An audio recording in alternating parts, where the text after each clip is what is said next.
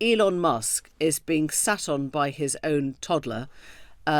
Donald Trump is at the desk beside him. The press are around him. And Musk is holding court about the dangers of unelected bureaucratic officials. Where do we start? I watched some of that press conference, and my irony button was on overload the entire time. Um, Elon Musk is essentially the shadow president, at least with respect to government reform. He's operating entirely behind the scenes. There is no transparency with respect to what he is doing. And so, to some extent, yesterday was his coming out party. And one thing that we know about Donald Trump is he doesn't really like other people stealing his spotlight. So it's possible, I don't want to say this for certain, but it's possible that yesterday started a clock with that will measure Donald Trump's patience with Elon Musk. Now, Musk is creating the one thing that Donald Trump most wants, and that is chaos. There is immense chaos in Washington, D.C. There are a lot of very upset people. There are a lot of very disrupted people. There are people losing their jobs. There's billions in spending being kicked around. The Constitution is being threatened in a number of ways. That is the milieu in which Donald Trump loves to operate, and Musk is the principal source of that disruption. Isn't the fundamental kind of issue here, though, the dilemma is, chaos. Pushing the Constitution to its limits. Unaccountable. But the American public are loving it. I don't know that we know the American people are loving it. At a very, very high level, the American people want to see disruption. But when you get into the details of what Musk is doing and a lot of what Trump is doing, I think we're going to see rising frustration among the American people. And here's why. First, at a very high level, what you have going on in Washington is two billionaires beating the hell out of working people. Now, those working people happen to have as their employer the United States government. But, these are not nameless, faceless bureaucrats. These are people who go out and make sure that our meat is safe. These are people who go out and make sure our Social Security checks arrive on time. These are people who keep our workplaces safe. These are ordinary working people, and they are being beaten about the head and neck by two bosses, billionaire bosses, who are engaging in absolutely the worst behaviors that we see among bosses in capitalism, including union busting, which is a high priority for both of these men. They both hate unions, and they're both going after the federal employee unions. I think that once that story gets repeated and repeated and repeated, I think there's going to be a lot of frustration with that. But at the bottom, this is not what people elected Donald Trump to do. Elon Musk said yesterday, this is what people voted for. This is not what people voted for. They voted for Donald Trump because they mistakenly believe that he is a talented economic manager. None of this is going to bring the price of eggs down. None of this is going to result in people getting good quality middle-class jobs. In fact, Trump's economic policies, combined with the layoffs of thousands or tens of thousands of people from the federal government, is going to do damage to the American economy. And so I think we're going to begin to see frustration build. Now, it's only been a few weeks, and, there's sort of a shock and awe aspect to this. But I think the American people are going to get very frustrated with this very quickly. That might be in the medium or longer term, Seth, if that message is even allowed to get out. But in the immediate term, we've seen Donald Trump act in ways that the courts have deemed illegal. And the response from J.D. Vance, who is the actual vice president, has been ignore the courts, let the executive get on with its job. What happens now? I mean, that is stasis. What does the court do next? Right. Can I just say I absolutely loved, Emily, that you added the word actual to J.D. Vance's title of vice president. I wonder if he should have that added to his business card after Elon Musk's performance yesterday. It's on the posters. Yeah. Right. So J.D. Vance advanced a proposition that was rejected by the United States Supreme Court more than 200 years ago. In fact, the United States Supreme Court very strongly stated in a case called Marbury versus Madison that it's the courts that determine what the law is. J.D. Vance's position is, no, it's not. It's the President of the United States. Now, the one thing we know about the United States Supreme Court is that this majority on the United States Supreme Court is pretty power hungry. They have been engaged in an ongoing power grab from Congress, from the executive, from others in our society over the course of Chief Justice Roberts' term as the Chief Justice, the leader of our judiciary. I don't think they agree with actual Vice President J.D. Vance. I think they think that they will decide what the law is. And a number of courts have already told the President of the United States that he is breaking the law. And he said in that Elon Musk press conference yesterday, when he was able to get a word in edgewise, President Trump said that he is going to abide by the law. He will appeal, which means he will follow the process that's required in the U.S. courts, but that he will abide by those decisions. And I think that is very likely the case. He thinks he can win, and by win, I mean dramatically expand executive power, his own power as president, by following the ordinary process. I think he thinks the Supreme Court is going to agree with him that he has a lot of power, particularly as against Congress, not as against the court. They're not going to agree to that.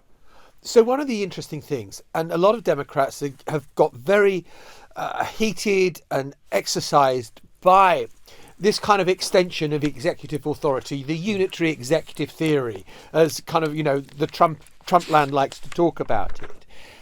But Joe Biden, when he was president, he tried to get debt forgiveness. Courts overturned it. And Joe Biden carried on with it, kind of just found a way around the courts and didn't obey the courts. Donald Trump is not the first to try to have his cake and eat it. Let me just say, I think that's exactly right. To say that powerful people want to accumulate more power is to say the sun rises in the east. I don't think we should be the least bit surprised by that. What President Biden did was not to challenge the power of the courts or to seize power from any other branch of government. A judicial opinion was laid down by the United States Supreme Court. It was a wrong decision, but they issued this decision. And his lawyers, President Biden's lawyers, who were outstanding lawyers, I worked with him very closely, read that decision very closely, and they found the loopholes. They found the pathways around it. That is an ordinary operation of American law, and let me also, if you don't mind my being a little audacious here, British law. There are very few absolute... He dared to say British law. Goodness gracious. I almost said British Constitution, and I know that would cause your people to bang their heads against their steering wheels. But that is a typical operation of law, is that you try to find the pathway forward that the courts leave open. There are very few absolute statements in the law, other than the one I just made. And so the President Biden was doing something quite different from what President Trump is doing. President Trump is trying to break the boundaries of his relationships with Congress, with states, with foreign governments. He's essentially said that he is going to seize control of Gaza, ethnically cleanse all the Palestinians who are there, and build a huge Trump resort on the beach. Now, there is no law that justifies his doing that validates his doing that, authorizes it. In fact, he will violate a long list of laws if he tries to do that. But he is testing the boundaries of his ability to establish an autocracy in the United States. And, we'll see whether or not the courts and the international community are going to allow that to happen. Yeah, the testing the boundaries thing is really important, isn't it? It's to sort of remind ourselves that he probably doesn't expect to get everything, but he wants to shift the guardrails. Is that how you'd see, for example, his moves to end the Foreign Corrupt Practices Act, essentially making bribery fashionable again? Yes, we're making bribery great again in the United States and all around the world, because the Foreign Corrupt Practices Act obviously applies to bribing foreign officials. Donald Trump, to the extent that he has a philosophy, believes very firmly that powerful, wealthy corporations and powerful, wealthy individuals should be permitted to do that which they need to do because profit is king. And the fact that they have to bribe an official in order to do that in some cases is not, in his view, should not be a barrier in any meaningful way. What do you think that will do to business in America now? I mean, just the legitimizing of that. Will it change, the minds of sort of ethical business leaders? No, I don't think it will change the minds of ethical business leaders. Most corporate entities in the United States, and I think that this is true in a lot of Western democracies, and probably in a lot of countries that are not Western democracies as well, corporate leaders comply with the law because it is the law. They don't see it as a suggestion, they see it as a mandate. And so they're trying to bring their enterprises into compliance with the law. Now, having said that, they don't always do that. Sometimes they make a business decision in order to violate the law. But I think as a general matter, these corporate enterprises that are doing business overseas, outside the United States, are going to continue to comply with the law because Donald Trump is only going to be president for another slightly under 4 years, and then some other president may well come in who runs on a platform of ending corruption. And let me just say, the American people may engage in corruption every now and then, but they don't much like it in the public, and they don't like when wealthy corporations do it in particular. So let me ask you this, because the thing that strikes me most about America in 2025 compared to America in 2017, and I was living in Washington then, is that then, when Donald Trump was trying to do things that pushed at the boundaries, Congress would get up in arms about it, the media would get up in arms about it, corporate America would get up in arms about it. This time round, it feels, and maybe I've got this wrong, that the only place where there is resistance to Donald Trump is the courts. And corporate America is waving a white flag. The Democrats seem to be in disarray over what to do. And the media is a rather more fearful set of organizations than it was then.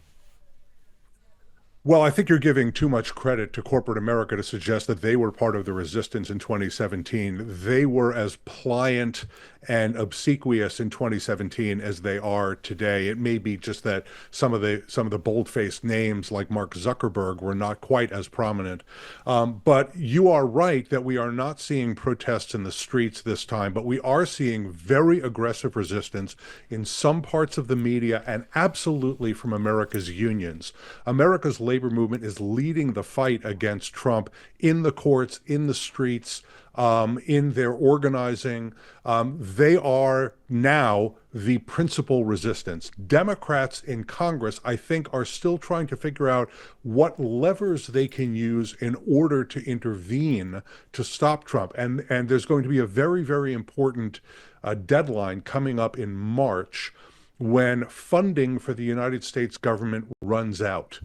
And Congress will have to pass new legislation that pays for the federal government. Let me just say it is a crime to spend money if the Congress has not appropriated it. So after March, they're going to have to shut the government down if Congress does not pass another funding bill. That gives Democrats in Congress, particularly in the U.S. House of Representatives, an immense amount of power because the House Republicans who control that body have an extraordinarily paper-thin majority, a uniquely thin majority.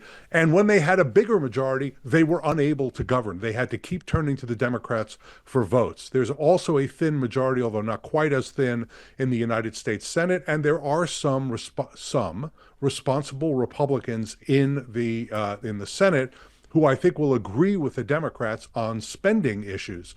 So that, I think, will be a big test for Democrats in March.